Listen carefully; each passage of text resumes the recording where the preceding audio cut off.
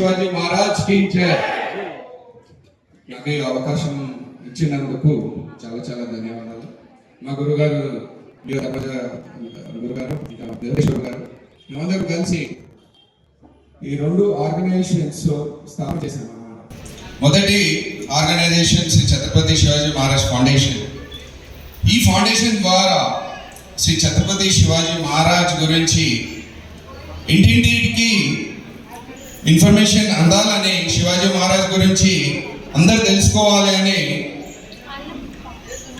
Awareness create చేయాలని, శివాజీ మహారాజ్ గురించి అందరు స్టూడెంట్స్ కానివ్వండి, ఎవరైనా కానివ్వండి, మన భారతీయులు అందరూ శివాజీ మహారాజ్ గురించి తెలుసుకోవాలనే ప్రయత్నంతోనే ఈ ఫౌండేషన్ అనేది స్టార్ట్ అయిందనమాట.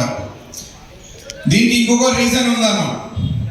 ఏంటంటే ఇప్పుడే గురుగారు చెప్పారు, మనకు నేషనల్ హాలిడే లేదు, శివాజీ జయంతి రోజు నేషనల్ హాలిడే లేదు, హాలిడేనే లేదు యాక్చువల్గా. అంటే అంత మహానీయుడైన మన శివాజీ మహారాజ్, మనము ఆయనకు దేవ స్వరూపంగా భావిస్తాము. ఈ దేశంలో హిందూ సామ్రాజ్యం ఇప్పుడు వరకు ఉంది అంటే, బ్రతికి ఉంది అంటే శివాజీ మహారాజ్ అనే విషయం అందరికీ తెలిసిందే.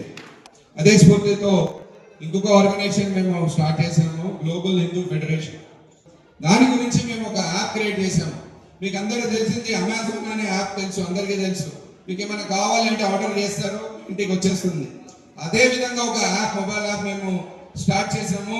ఆ టెక్నాలజీ యూజ్ చేస్తూ అన్ని ఆర్గనైజేషన్, హిందూ ఆర్గనైజేషన్స్ తెలంగాణని కాదు, కర్ణాటక, మహారాష్ట్ర, దేశవ్యాప్తంగా ఇంకా వేరే విదేశాల్లో ఉన్న ఆర్గనైజేషన్స్ కి అందరికీ కలపడానికి, అందరికీ ఒక వేదిక మీద తీసుకురావడానికి ఈ యాప్ అనేది స్టార్ట్ చేసాము. మీకు ఇంకొకసారి మీ మొబైల్ తీయండి, ప్లే స్టోర్లో వెళ్ళేసి గ్లోబల్ హిందూ ఫెడరేషన్ అనే యాప్ డౌన్లోడ్ చేసుకోండి. దాంట్లో అన్ని విషయాలు మీకు ఉంటుంది. మీరు అందరితో కనెక్షన్ స్టార్ట్ చేయొచ్చు. ఒక నెట్వర్క్ అనేది ఫామ్ అవుతుందని నేను ఈ వేదికపై నుంచి మీకు అందరికీ తెలియజేస్తున్నాను. మీకు ఇంకా ఎక్కువ ఇన్ఫర్మేషన్ కావాలంటే మేము ఇక్కడే ఉన్నాము, మీకు అన్ని అందుబాటులో ఉంటాము. చాలా చాలా ధన్యవాదాలు.